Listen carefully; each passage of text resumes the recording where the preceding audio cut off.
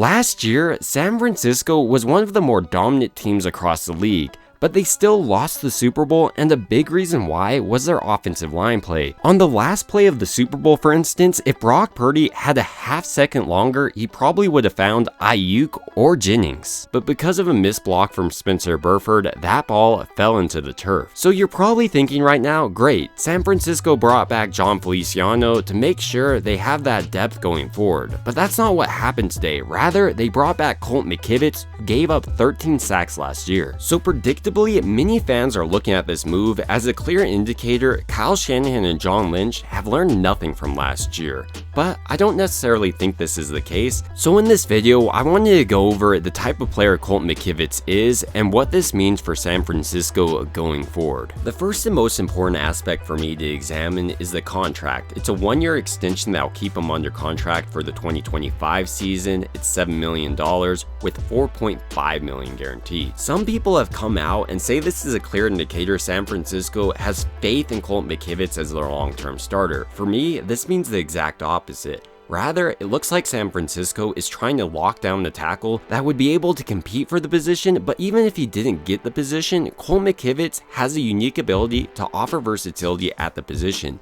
He can play center, guard, tackle, basically all over the line. And I think that's a big reason why San Francisco brought back Colton. At their current pick, they can either draft a tackle if that's the best fit, or an interior offensive lineman, and then have Colt McKivitz compete for the opposite job. But to gain a deeper insight into the player Colt McKivitz is and what he offers San Francisco, I want to dive into his career up to this point and the type of player he's become over his first year starting. McKivitz's football career began in Belmont, Ohio, where he played offensive line and defensive line at Union Local High School, and he was so good they even retired his number. 24/7 Sports also noticed McKivitz's dominance. He was ranked as a 3-star recruit and had offers from West Virginia, Akron, Bowling Green, Kent State, Marshall, and Toledo. Ultimately, of these options, McKivitz did decide West Virginia. McKivitz redshirted his freshman year, but after just 4 games, he needed to enter the starting lineup after the starter tore his ACL, leaving McKivitz to start the final 10 games his freshman year. During McKivitz's sophomore year, he would see a change of position going from the left side to the right side, and while some think this is easy, it's like learning an entirely new position. You have to change your stance, the way you kick back, everything changes. But this year, he started in 13 games and even garnished honorable Big All-12 mentions. McKivitz stayed at the right tackle for 1 more year during his junior year before switching back to left tackle for his senior season, and this was his best year by far. He was first team All Big 12, the Big 12 Co-Offensive Lineman of the Year. So after his final season at West Virginia, Colt McKivitz decided to enter the 2020 NFL Draft. He came in at 6'6", weighing 306 pounds. His arm length was 33 inches, nearly 34. He ran his 40-yard dash in 5.35 seconds,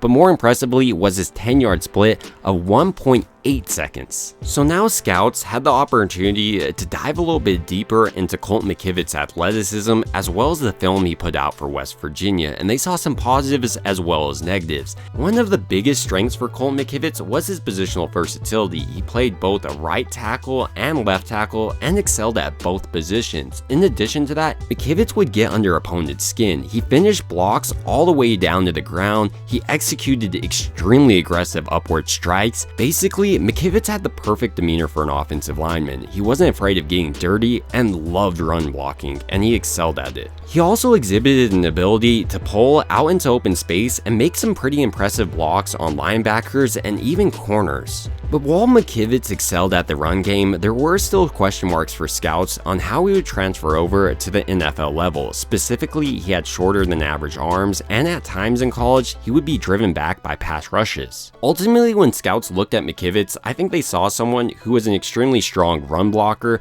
but not so much against the pass, and he needed to develop in this aspect. This helped McKivitz drop in the draft all the way down to San Francisco in round 5, pick 7 in the 2020 draft. And I know a lot of people are down on Colt McKivitz right now, but I think it's pretty insane San Francisco is able to consistently make these late round picks into starters. But unlike a guy like Fred Warner or Dre Greenlaw, McKivitz didn't start immediately. Rather, he was a backup for his first couple of years in the league, playing tackle, even guard at times. After San Francisco moved off Mike McGlinchey, they decided to give McKivitz an opportunity to start in 2023, and the results were mixed. During the Week 1 opener, McKivitz gave up 3 sacks to TJ Watt, but luckily for Purdy, this performance did improve as he only gave out 10 sacks for the remainder of the year. Still not great, but better than 3 a game. McKivitz also showed off his best ability in my opinion, which was his availability. He started in all 17 games last season and played in 98% of San Francisco's offensive snaps. As a pass blocker, McKivitz was definitely in the back half of the league. He allowed 47 pressures last year, which tied for 8th among NFL tackles. But he was part of the unit on the ground game that helped Christian McCaffrey become the Offensive Player of the Year. McKivitz also did improve in my opinion across the time he played last year, so San Francisco could be looking at that as an indicator that he'll continue to improve going into year 2, and he's also 27,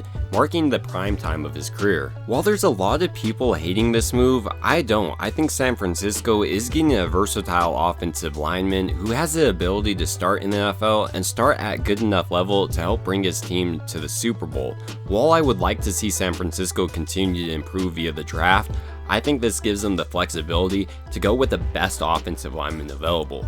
But ultimately, these are just my thoughts on San Francisco re-signing Colt McKivitz, and I would like to hear your thoughts down below. It would also mean a lot if you liked and subscribed, and as always, I hope you guys have a great rest of your day.